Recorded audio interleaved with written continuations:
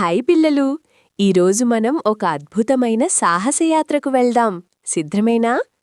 అనగనగా కొండల నడుమ రామపురం అనే ఒక అందమైన గ్రామముండేది. ఆ ఊరి చివరన ఆకాశాన్ని తాకే చెట్లతో, దట్టమైన పొదలతో నల్లమల అడవి ఉండేది. ఆ అడవి అంటే అందరికీ భయం, కాని అంతకంటే ఎక్కువ ఆసక్తి. ఎందుకంటే ఆ అడవిలో ఒక రహస్య గుహ ఉందని, అందులో ఎవరూ చూడని గొప్ప నిధి దాగి ఉందని ఊరి పెద్దలు చెప్పుకునేవారు.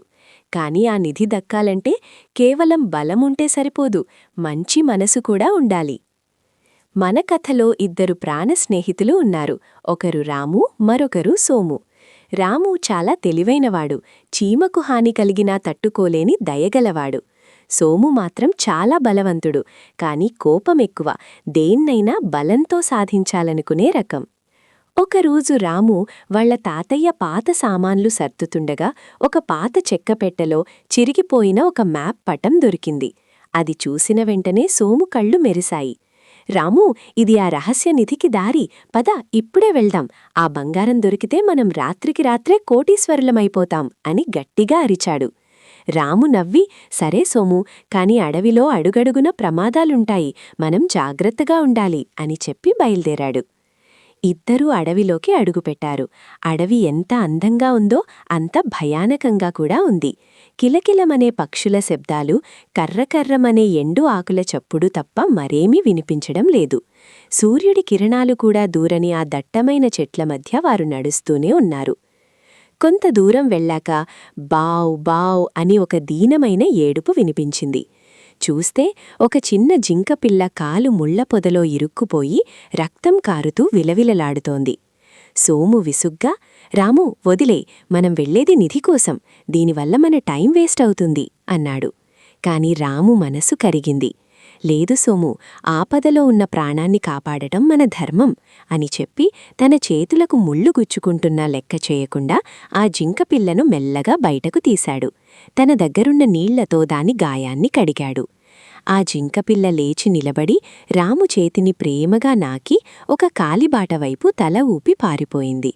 రాము ఆశ్చర్యంగా, చూడు సోము, మనం వెళ్లాల్సిన దారి అదే అని అది సైగ చేస్తోంది అన్నాడు. జింక చూపిన దారిలో వెళ్తుండగా ఒక పెద్ద లోయ అడ్డువచ్చింది. కింద చూస్తే పాతాళంలా లోతు, హోరున ప్రవహిస్తున్న నది. అవతలికి వెళ్లడానికి పాతబడిపోయిన ఒక ఊగుతున్న వంతెన మాత్రమే ఉంది. గాలికి అది కీచూ కీచూమని శబ్దం చేస్తోంది.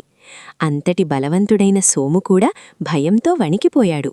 రాము, నా వల్ల కాదు, ఇది తెగిపోతే మనం చనిపోతాం, వెనక్కి వెళ్ళిపోదాం అన్నాడు. అప్పుడు రాము సోము భుజం తట్టి, భయపడకు మిత్రమా, మనం కలిసి వెళ్దాం, నా చెయ్యి గట్టిగా పట్టుకో, ఒకరిపై ఒకరికి ఉన్న నమ్మకమే మన బలం అని ధైర్యం చెప్పాడు. రాము ఇచ్చిన ధైర్యంతో సోము అడుగు ముందుకేశాడు.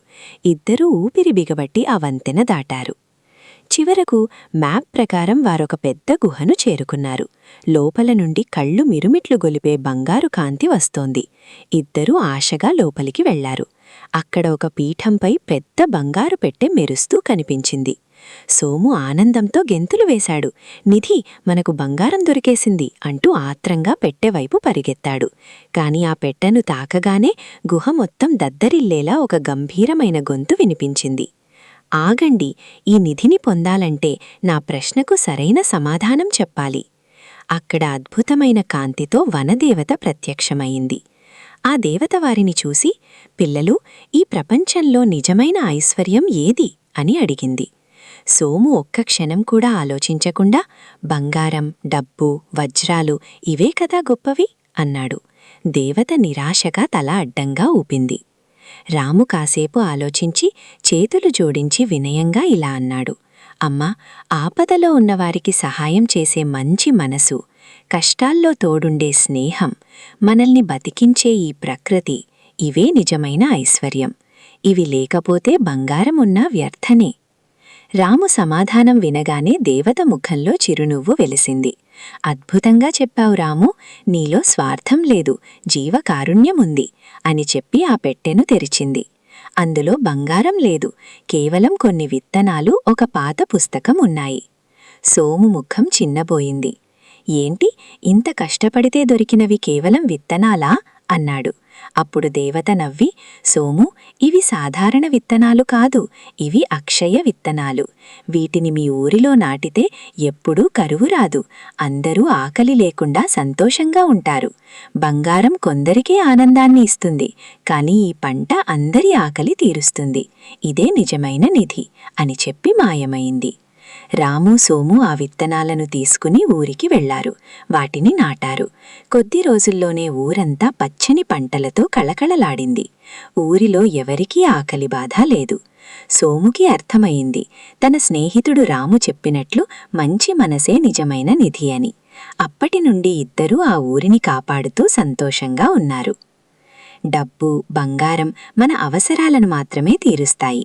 కానీ సాటివారికి సహాయం చేసే మంచి మనసు, నలుగురి ఆకలి తీర్చే గుణం మనకు నిజమైన ఆనందాన్ని, గౌరవాన్ని ఇస్తాయి. ఈ కథ మీకు నచ్చిందా పిల్లలు? అయితే లైక్ చేయండి, షేర్ చేయండి. ఇలాంటి మరెన్నో మంచి కథల కోసం మన ఛానల్ని సబ్స్క్రైబ్ చేసుకోండి. టాటా.